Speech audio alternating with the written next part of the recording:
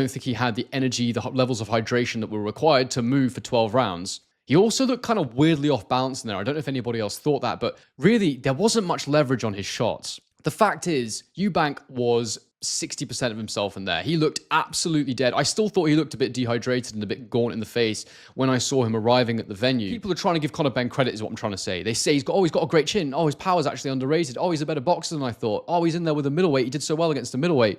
All the credit should be with Eubank Jr. That's my opinion, and that's what the brutal truth of this fight is. I think Eubank Jr. is the one who deserves all the credit here. All the credit in the world. This was without doubt the worst Eubank Jr. I've ever seen. It was the worst Eubank Jr.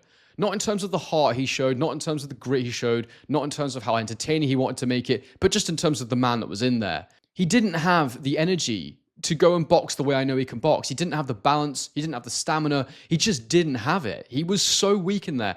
And the fact is, Conor Benn still hasn't tasted true 160 power because that was not Eubank Jr. throwing at full power. He didn't look like he could really sit down on his shots. Phoebe ain't got no sympathy around here. So my credit, the credit that I have to give for this fight all goes to Chris Eubank Jr. for that performance. A raw display of grit, of determination, of digging deep when there's nothing in the gas tank. Conor Benn was fully fueled. Conor Benn was fully hydrated. Conor Benn was super fit. Phoebe ain't got no sympathy around here. I think